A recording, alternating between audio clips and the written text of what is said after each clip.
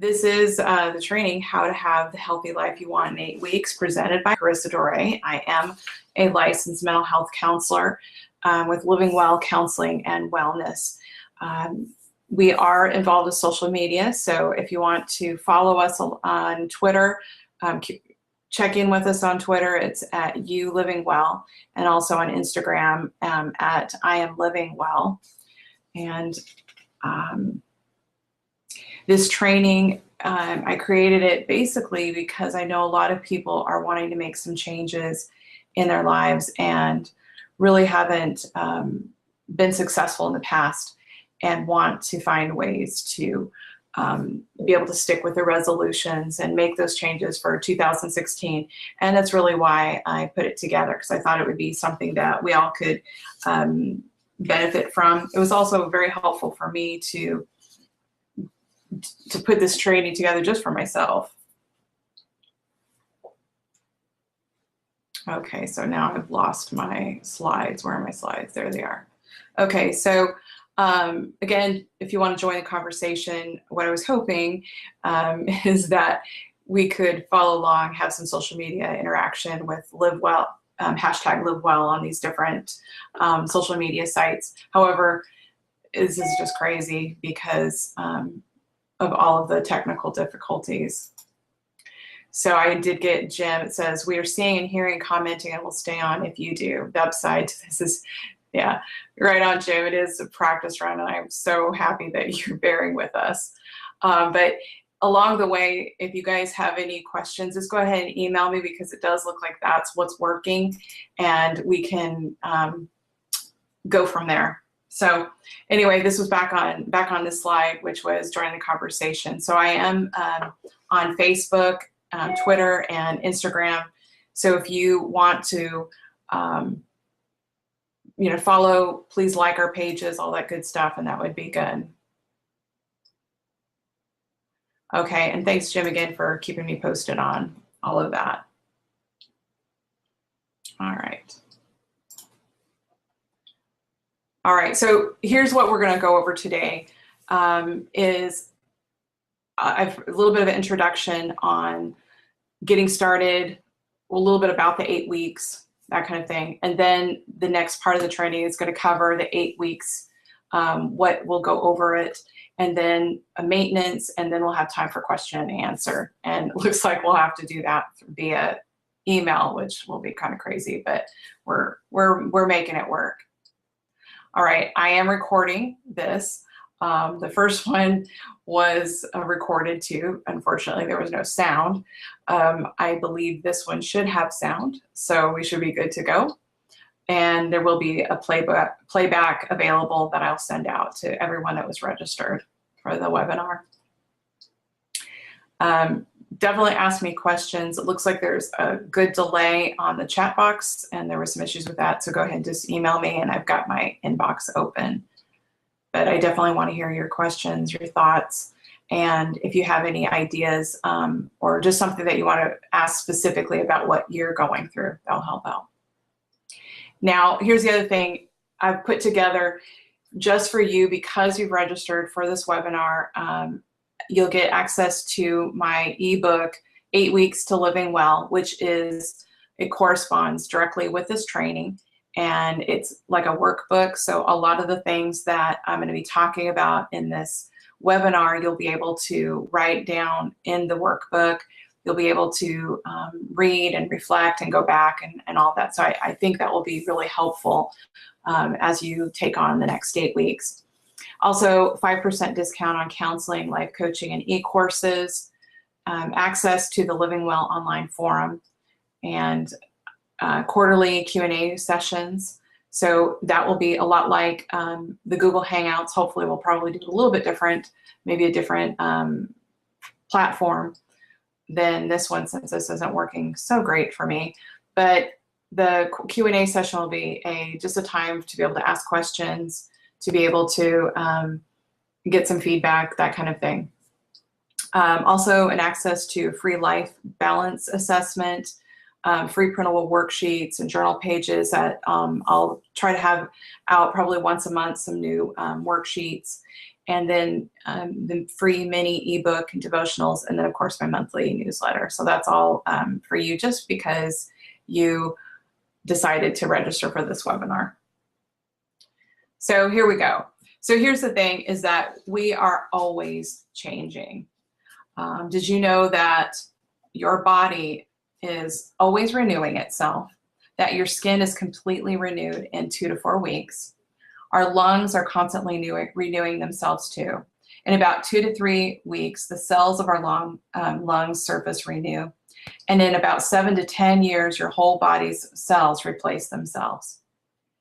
And here's a really interesting thing that most people don't realize is that your personality changes every 10 years. There was a study done by Koibach, Gilbert, and Wilson, and they had a group of people come in and they had them do personality profiles and some different types of assessments to gather kind of their interests and that type of thing. And they did it at one point in age, and then they did it every 10 years. And what they found was there's some significant changes in the things that people preferred, their preferences, their personality changed. So we often think that we are pretty stagnant. We think, oh, I haven't changed that much, until we really sit down and we look back and we see where we've come from, and we realize we're a lot wiser, we're a lot stronger. A lot of us have survived a lot of different things and have grown because of it. So what I suggest is that why not we be purposeful about these changes and be a little more strategic about where we're going instead of just letting it happen. Now, why 8 weeks? Well, there's one book Dr. Weil wrote, I think it's 8 Weeks to Optimum Health. And in it, he says that 2 months is a critical amount of time to start seeing effects of a therapeutic regimen.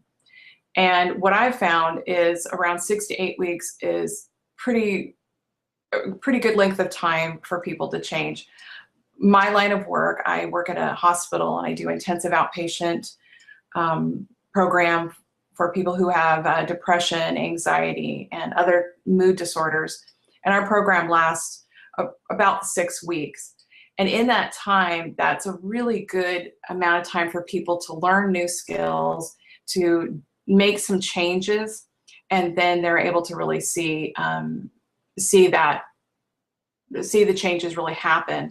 And a lot of times it's in that last week where a light bulb goes off. And in fact, on Friday, I had a person, she said, I think I finally got it. And that really is, if we are really working hard and being purposeful during those 8 weeks, we're really going to be able to see a difference. And so I'm hoping that you'll see it too. So let's get started and look at week 1. Week 1, we're going to focus on noticing and being in the moment. And one thing before I get going too much is I want you to really think about all of these things are building off of each other. So week 1, you're going to be doing on week 8 also. So they're going to be building blocks. So the first thing that we want to implement is noticing ourselves and being in the moment. One of the things that I've been working, some of you know, I've been working with 3-year-olds to 70-year-olds for probably about 20 years now. And over those years, I've learned what everybody has in common, no matter what their age, is that people are trying to get their needs met. Now, the tricky part is figuring out why a person thinks that what they're doing will meet a need, because a lot of times they don't know. But to make it a little easier for us, I have broken it down into 2 needs. And we've got a love and belonging need and our safety security need. So let me illustrate it for you. Let's say you're known for cleaning your house. Your house is spotless and your friends joke that you can eat off the floor because your house is so clean. You feel a sense of pride and you feel good about yourself. And the thought of someone seeing your house a mess just is terrifying. Unfortunately, you work full time, you have 2 children and a spouse, and the reality of doing it all is exhausting. And you've been running and you're starting to get cranky and you're not fun to be around.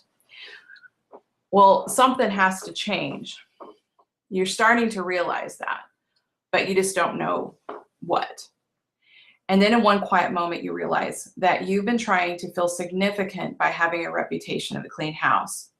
More than that, you realize somewhere deep inside, you equated compliments with love and belonging.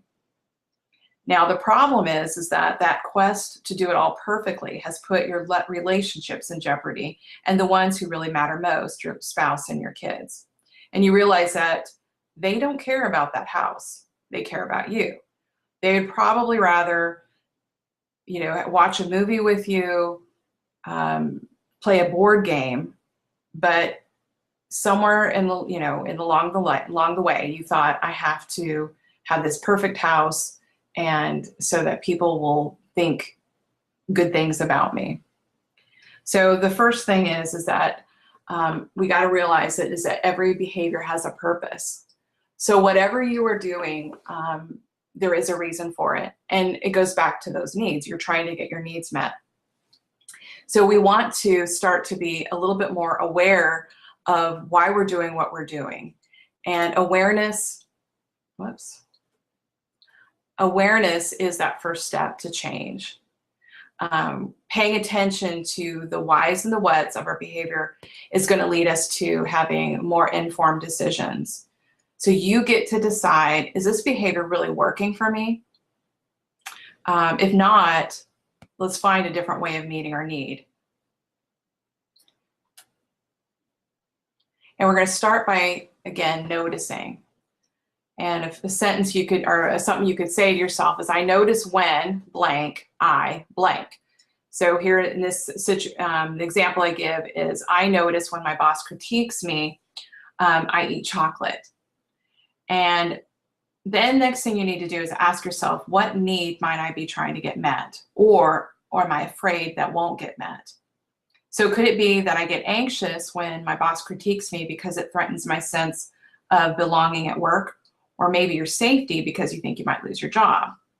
And the truth be told, underneath all your confident exterior, you're always feeling like you're not as competent as your coworkers.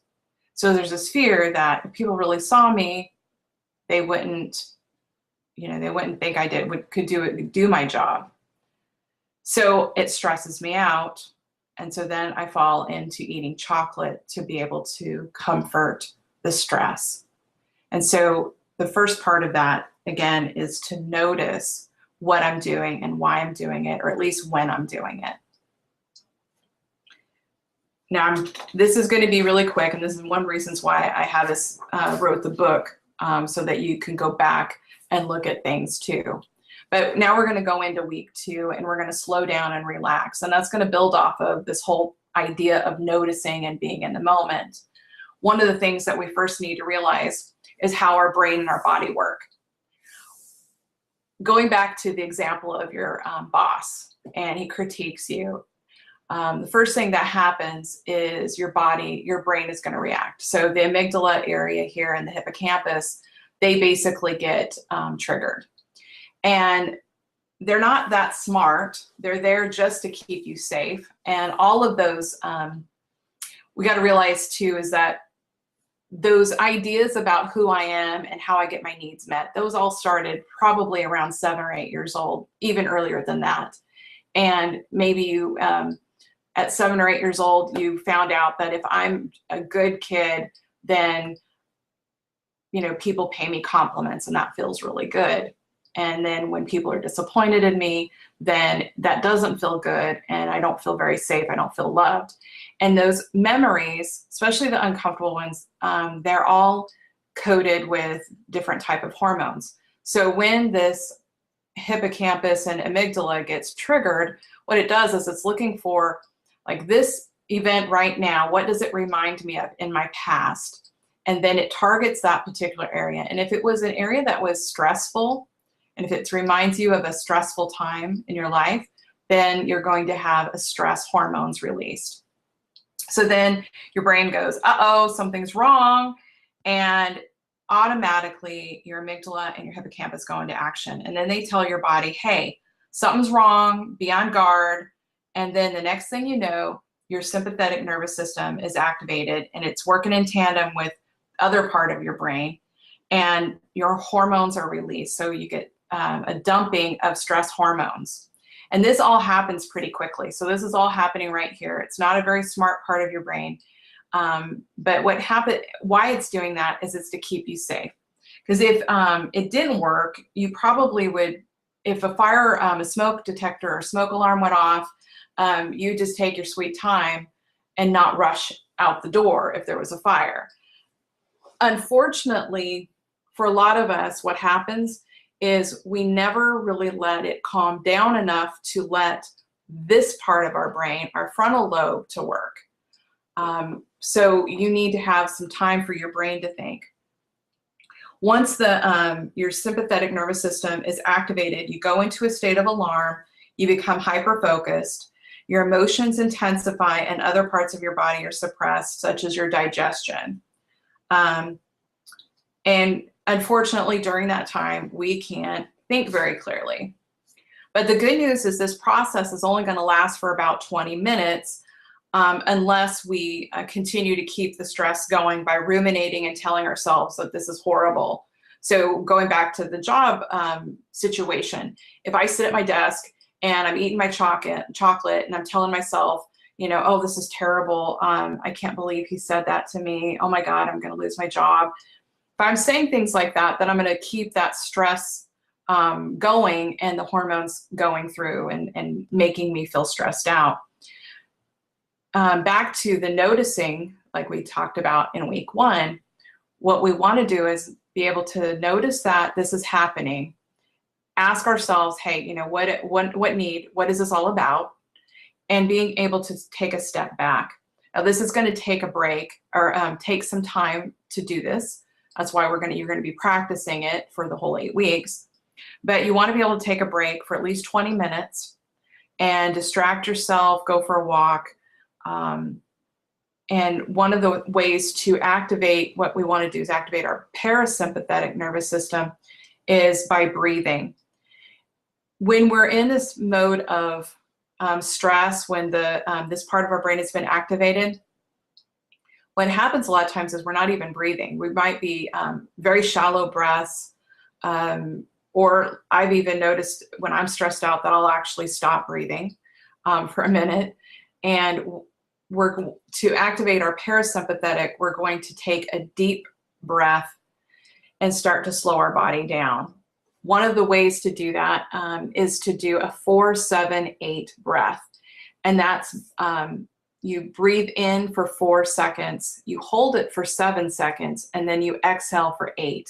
And then you do that type of breath for probably at least 3 to 10 times.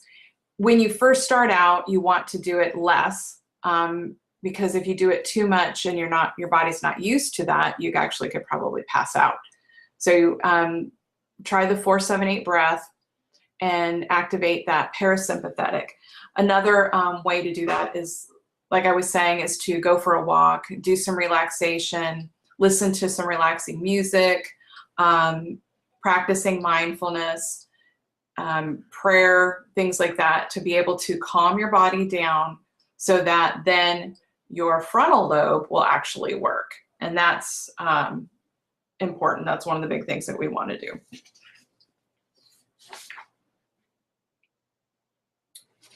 All right, so I guess I had a slide that I didn't cover. So yeah, so this is what I was just saying, to give yourself a 20-minute break, to notice that your sympathetic nervous system was activated, and then to activate that parasympathetic nervous system.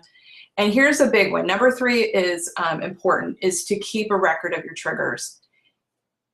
Notice when you start to stress out. Notice when you start to do something that, a behavior that you're trying to change. So if it's weight loss, let's say, that's why I was using the chocolate. So let's say you want to lose some weight and you're wanting to stop eating the junk food. When is it that I tend to do that? Is it maybe times of stress? Is it maybe times of loneliness? Maybe it's times of boredom. Finding why you're doing the things you're doing, or at least when you do it, is going to be a big help to keep the change happening for the long run. So let's look at week 3. So week 3 is edit what doesn't work. So this is where this week you're going to ask yourself, how satisfied am I with my life? In the workbook, you can also find these online, but in the workbook that I'm going to be providing later is a life balance assessment. And it's a, they also call them a life balance wheel. And it's a section where you can decide, you can look at the different areas of your life and identify what areas am I really satisfied with? Which areas am I not satisfied with? So looking at maybe relationships. So looking at my relationships, my money, and finances, how happy am I with that area? Do I have enough money to do the things that I want? How well am I managing my money? Looking at your personal growth. Do I worry or feel anxious? Am I happy and content? How about your spiritual life? Do I have a relationship with God? Do I make time to regularly connect and grow with the Lord? How about fun and recreation? Do I have outlets for fun? How well do I take time to play or relax? And then your health and well-being. How physically healthy are you? So these are all just different areas that you're going to be looking at and identifying what are the areas that are going well and what are the areas that are not going so well. And then week 4, you're going to envision the life that you want. And in this area, we're going to be looking at our goals. So from week 3, you had the balance, your life balance, your life assessment. You looked at all the areas that were going well. And this time, what I want you to do is identify the 3 areas you want to improve most, and then identify 3 possible action steps for each area. So you're just going in and looking and just fine tuning it. Why, what are the areas that really need to be worked on the most? And then being able to ask yourself these questions. What would you do if nothing was stopping you? And what's holding you back? I know that sometimes, there's things like career changes. What's holding you back from doing the one thing that you've dreamed about forever? What is it that you want to do? What is that area of your life? So being able to really think about, sit down and write these things down and have a good idea of what you want to do. And this is again, this is week 4. And the whole time, and I want to reiterate that the whole time, these aren't isolated weeks. So while you're identifying your goals, you're still working on week 1. You're still going back and you're noticing and you're being in the moment. And then in week 2, you're still doing the things that you learned in week 2 about the activating your parasympathetic nervous system, being able to relax and slow down and pay attention. And then again, building on, just continue building and building and building. And then on week 5, we're going to identify our obstacles and how we sabotage ourselves. This is really important. I wrote in the book, sabotage isn't just a song by the Beastie Boys. It's really something that we do that we're not even aware of. Because I think that if we're really honest, a lot of the things, when we go back to the assessments and we're identifying your goals, you already knew what you wanted. You already knew you weren't happy in certain areas. You've probably identified them in the past. And you made promises probably to yourself that you're going to do something different. But what we want to notice is that there's always this little gremlin that gets in the way. And that's what week 5 is all about, is we're wanting to really look at how and what am I doing to sabotage myself. One of the examples that I share in the book is that When we moved to Florida, and my mom is still living in Washington State, and in 2013, I found out she had cancer.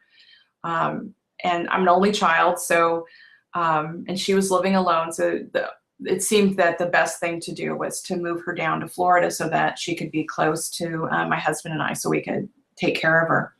Now, she got treatment. She's in recovery. I mean, she's cancer-free, so she's doing well.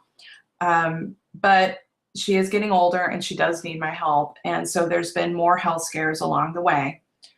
Now, when she moved down to Florida, my husband and I were building a nonprofit Christian counseling practice. And in addition to the practice, my husband works full-time. I was working part-time, just like I am now. And I realized at that time when mom came down, I couldn't do it all. So we stepped away from the practice. We took sabbatical and decided that we'd just go ahead and dissolve the nonprofit. It was a hard thing for me to do because I didn't want to, I just kept wanting to work on it, but it just didn't seem the right time. So then the following year, my mom was doing better, but we still had a lot of doctor's appointments, and I was running her around. I still do. I run her around a lot.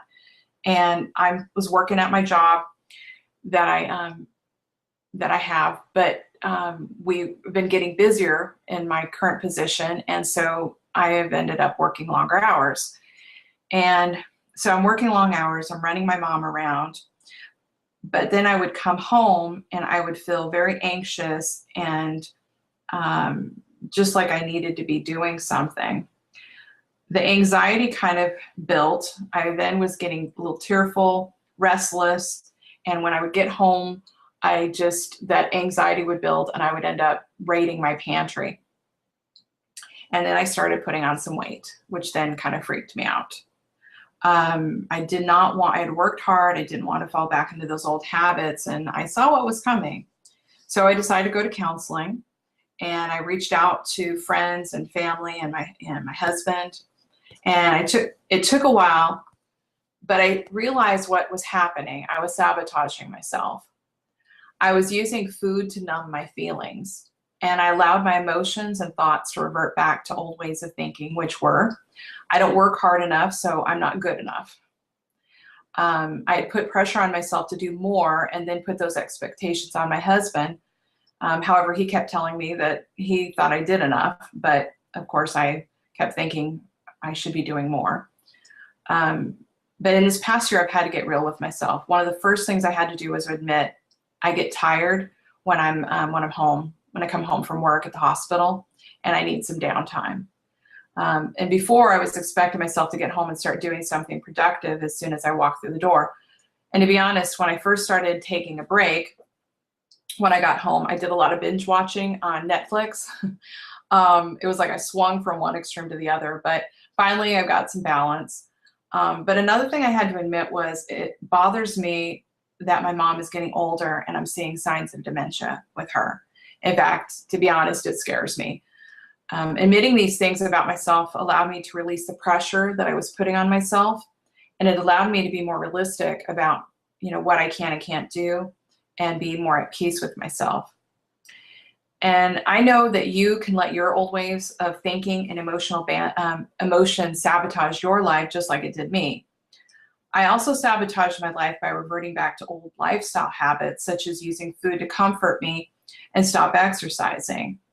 You may never have thought you were sabotaging yourself, but you may have just chalked it up to old habits. But remember what I said in the first chapter, that every behavior has a purpose. And we all have a reason for our behavior, and we just may not be fully aware of the reasons yet. My behaviors were tied directly into my need for love and belonging. A long time ago, I had made a connection that disappointment doesn't feel like love. And therefore, to be loved, I must work hard, not disappoint anyone. And the problem with my logic was it was flawed, of course.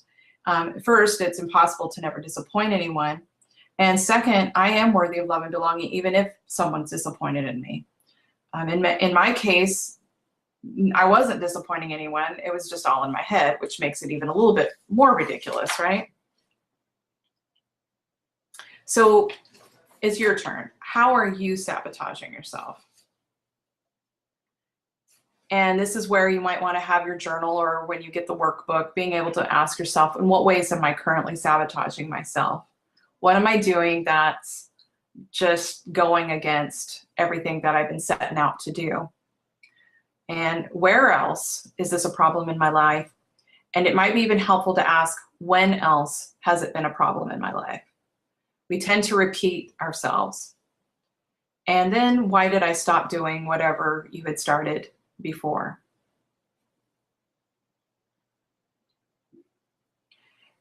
And other areas that you want to look at is, when we're looking at sabotage, looking at what are your routines and your surroundings.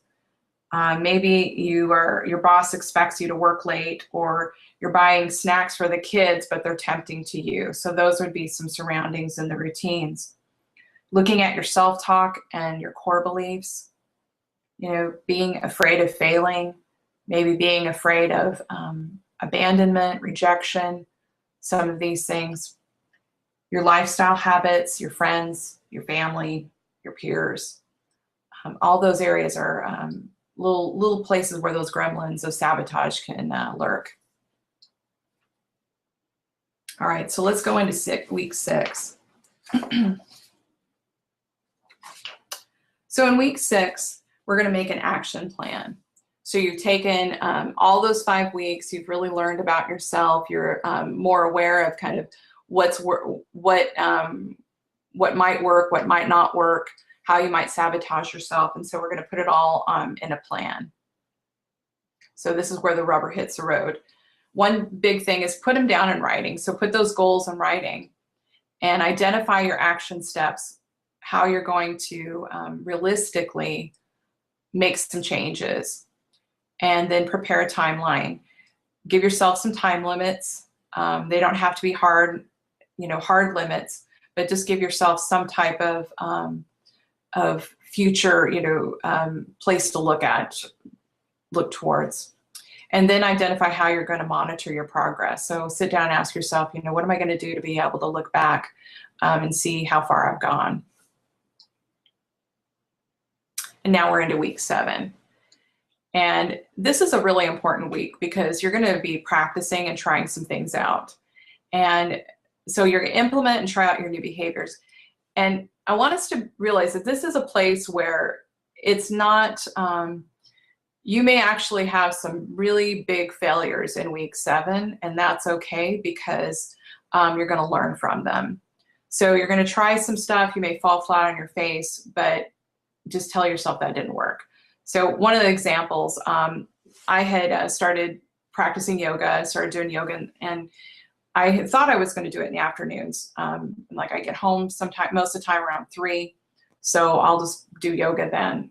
That never happened. It seemed like there was always something that came up, and I may have done it once, and I bombed. And of course I was disappointed with myself, but then I realized that I was getting up at around 6 o'clock in the morning, and my husband gets up at about 5:10 in the morning.